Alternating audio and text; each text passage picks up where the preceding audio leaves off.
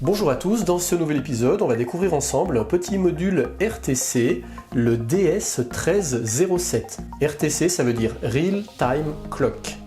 C'est donc un petit module d'horloge, on va le coupler à un Arduino, et ainsi l'Arduino connaîtra la date, jour, mois, année et l'heure. Il faudra juste le mettre à l'heure la première fois. Ce module RTC comporte une petite pile bouton qui n'est pas fournie avec, afin de lui permettre de rester à l'heure même quand votre Arduino ne sera plus alimenté. Il faut savoir qu'il existe plusieurs types de modules RTC. Celui que je vais vous présenter dans cette vidéo, c'est le DS1307, et même pour le modèle DS1307, il existe en plusieurs versions.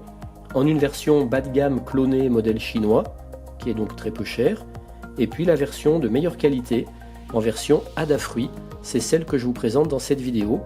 Elle est un petit peu plus chère, environ 8 € que la version clonée chinoise, mais elle sera plus précise, elle aura un quartz de meilleure qualité.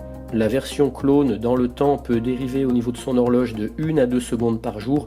Cette dérive elle est liée à la température qui vient modifier la fréquence d'oscillation du quartz. Et par exemple, 2 secondes par jour, ça peut faire jusqu'à 1 minute par mois, et donc pratiquement un quart d'heure par an. Donc c'est pas négligeable. C'est pour ça que moi j'ai privilégié la version modèle Adafruit qui, elle, d'après un test que j'ai vu sur YouTube, peut dériver 8 fois moins que la version clonée. Alors pour info, pour mon futur projet de station météo, j'utiliserai un module RTC encore plus précis, ce sera le DS3231 qui lui régule son oscillation en fonction de la température, donc du coup il aura tendance à encore moins dériver. Mais comme je ne l'ai pas encore, je fais mes apprentissages sur le RTC avec ce DS1307 car leur principe d'utilisation devrait être similaire. Voici maintenant le dessous de ce DS1307. On voit qu'il spécifie qu'il faut utiliser une pile bouton de référence CR1220. Je rappelle, cette pile n'est pas fournie avec. Normalement, quand on le reçoit, il est livré avec une barrette de broche qui n'est pas soudée, donc c'est à nous de la souder. On va regarder maintenant ensemble son brochage. Ce module DS1307 comporte 5 broches. Il est en protocole I2C. Alors son brochage de gauche à droite, on a le ground, le 5 volts, la broche SDA qui sera du data, la broche SCL qui sera pour l'horloge, et puis la broche SQW qui veut dire en fait Square Wave. Cette broche n'est qu'en sortie, elle permet de récupérer un signal carré, par exemple pour piloter des horloges de montage. Alors pour raccorder ce DS1307 à un Arduino, c'est très simple. On va relier le 5 volts sur le 5 volts, le ground sur le ground, la broche SDA du module RTC sur la broche SDA de l'Arduino si vous avez une broche qui est indiquée comme telle. Si vous n'avez pas de broche SDA sur votre Arduino, il faudra se brancher sur la broche Analog 4, par exemple de la Nano ou d'une carte Arduino qui ne comporte pas de broche spécifiée SDA. Et pour la broche SCL, soit sur une broche SCL de l'Arduino si c'est spécifié comme tel. Si vous n'avez pas de broche SCL, ce sera sur la broche Analog 5. La broche SQW étant une sortie, si vous n'en avez pas l'utilité, vous ne branchez rien dessus, ce qui sera mon cas pour cette vidéo. Dans ce tuto, je vais vous montrer comment faire afficher les données de l'horloge sur 3 gros afficheurs TM1637. Voici le schéma du branchement. Ici j'ai la carte Arduino Uno, ici le module RTC DS1307. Je vais utiliser 3 afficheurs, un pour l'heure, un pour le jour et le mois et un pour l'année. Pour afficher l'heure, il est préférable d'utiliser un afficheur qui comporte les 2 points au milieu. Par contre, pour celui-ci et celui-là, je n'aurai besoin ni des 2 points, ni des points dot qui sont en bas à droite de chaque digit.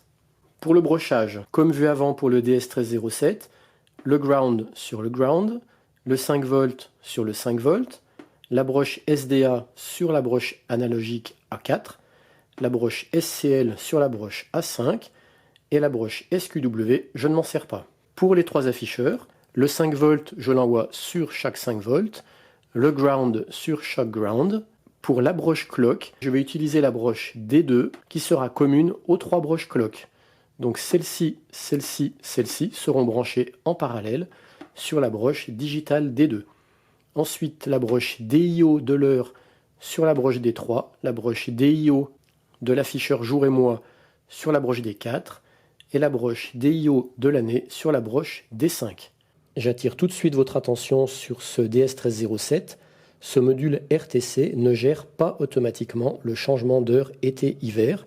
Donc c'est pour ça que j'ai rajouté un interrupteur de façon à, selon sa position, il affichera soit l'heure d'été, soit l'heure d'hiver. Et enfin, pour pouvoir gérer le changement d'affichage entre l'heure d'été et l'heure d'hiver, je viens brancher sur la broche analogue 0 un interrupteur avec dans le code une instruction de input pull-up. Ça m'évite d'avoir à brancher une résistance de pull-up. Cet inter va relier le ground à la broche A0 quand il sera fermé, et quand il sera ouvert, vu que j'utilise une fonction input pull-up, je récupérerai du 5 volts sur cette broche analogue A0, ce qui fait que quand l'interrupteur sera ouvert, j'aurai un affichage d'heure d'été, et puis quand on viendra fermer l'interrupteur, on obtiendra un affichage en heure d'hiver. Maintenant, on va regarder les principales instructions du code Arduino pour obtenir cet affichage. En premier, si ce n'est pas déjà fait, il faut installer la bibliothèque qui va permettre de gérer ce module RTC. Donc, il faut aller dans le gestionnaire de bibliothèque, on tape RTC Lib dans la barre de recherche, et puis on installe la bibliothèque, la librairie qui s'appelle RTC Lib. Comme on va utiliser des afficheurs TM1637, il faut aussi avoir installé la bibliothèque TM1637. Je l'ai expliqué dans le précédent tuto. Vous voyez maintenant à l'écran le code que je vais utiliser. Ce code, comme d'habitude, je le mets en lien vers mon Google Drive dans le descriptif de cette vidéo. Alors je vais faire juste un focus sur les principales instructions propres à la bibliothèque RTC Lib. Ces instructions, je les ai annotées en rouge. On voit qu'on inclut la bibliothèque RTC Lib. Ensuite, il y a une instruction RTC DS1307 RTC. Alors, je ne maîtrise pas tout, donc c'est pour ça que je ne rentre pas trop dans les détails. Après, il y a l'instruction if RTC begin, donc ça, il faut bien le laisser parce que sinon, ça ne marcherait pas. Le point principal sur lequel j'attire votre attention, c'est l'instruction RTC adjust date time. Alors, je sais qu'il existe une instruction qui est un peu différente de celle-là, qui permet de récupérer automatiquement la date et l'heure directement depuis votre PC.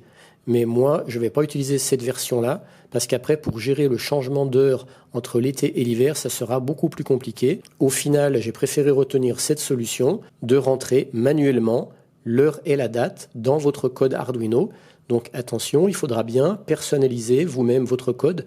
Quand vous viendrez faire un copier-coller de mon code dans votre IDE Arduino, il faudra venir personnaliser cette ligne en mettant l'année, le mois, le jour et l'heure du moment où vous allez téléverser votre code dans votre carte Arduino. Et après, il ne faudra pas non plus trop attendre pour téléverser ce code dans votre carte Arduino, puisque c'est cette ligne-là qui va donner à votre horloge le temps de départ, le timing de départ.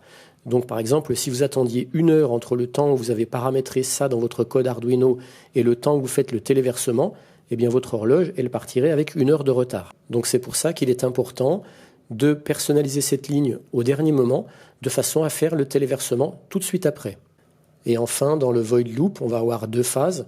Une phase de test de position de l'interrupteur pour savoir si on est en mode été ou en mode hiver. Et puis tout en bas, le mode d'affichage de toutes les instructions de année, mois, jour et l'heure. Alors je vais en profiter ici pour remercier Valérie Marzelin, encore lui, parce que c'est lui qui m'a permis de me sortir de cette impasse dans laquelle j'étais par rapport au changement d'heure. Parce que moi, au début, je rajoutais 1 heure un peu plus loin dans les formules. Je me retrouvais à pouvoir avoir 1 heure qui s'affichait, par exemple, de 24h30. Or, normalement, c'est pas possible, parce qu'on ne doit pas dépasser 23h59. Il m'a donné la solution avec cette ligne now égale now moins time span 3600. Donc, en fait, c'est là qu'on vient enlever 3600 secondes si on est en heure d'hiver. Donc, vous ne vous souciez pas de ces lignes, là, c'est tout bon. Ce qu'il faut vraiment retenir, ça sera 2 choses. C'est 1, personnaliser votre ligne de la date et de l'heure au moment où vous allez faire votre téléversement. Et puis quelque chose que j'ai oublié de vous préciser, que je vous dis maintenant, enfin je l'ai mis dans le texte du code. Attention, dans tous les cas, vous devrez rentrer l'heure d'été. Donc si vous êtes en heure d'été, si vous faites ce transfert en heure d'été, il n'y a pas de souci.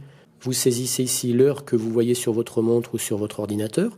Mais par contre, pour ceux qui feraient cette manip en hiver, sur la zone Europe, où il y a le changement d'heure d'hiver, eh bien, il faudrait à ce moment-là rentrer non pas l'heure d'hiver, mais l'heure équivalente d'été.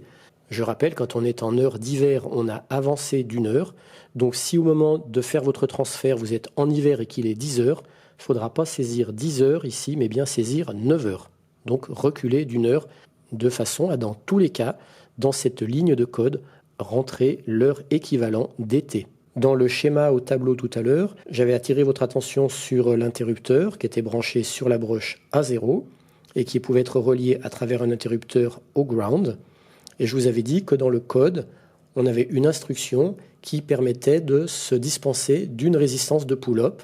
Alors effectivement, cette instruction, vous la voyez maintenant, c'est juste au début du setup, pin mode A0 input pull-up. Cette instruction permet de récupérer du 5 volts par défaut sur la broche A0 si elle n'est reliée à rien.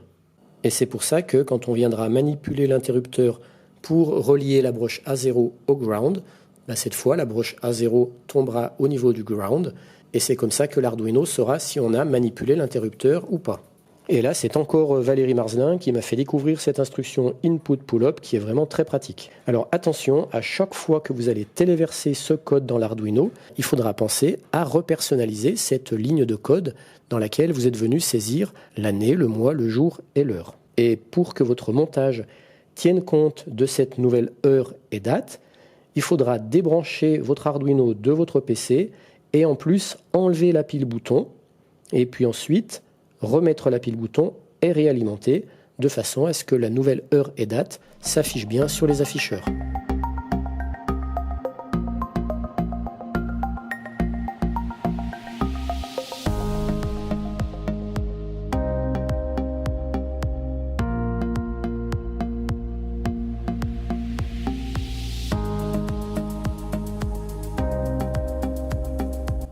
Heure d'hiver, heure d'été, heure d'hiver, heure d'été. Et non seulement ça change l'heure d'une heure, mais également ça modifie éventuellement le jour et l'année si on faisait un changement d'heure à 23h30 le 31 décembre par exemple. Et dans un prochain tuto, j'espère vous présenter cette station météo niveau 2 avec alarme tempête terminée. Donc pour l'instant, elle est encore en phase de construction.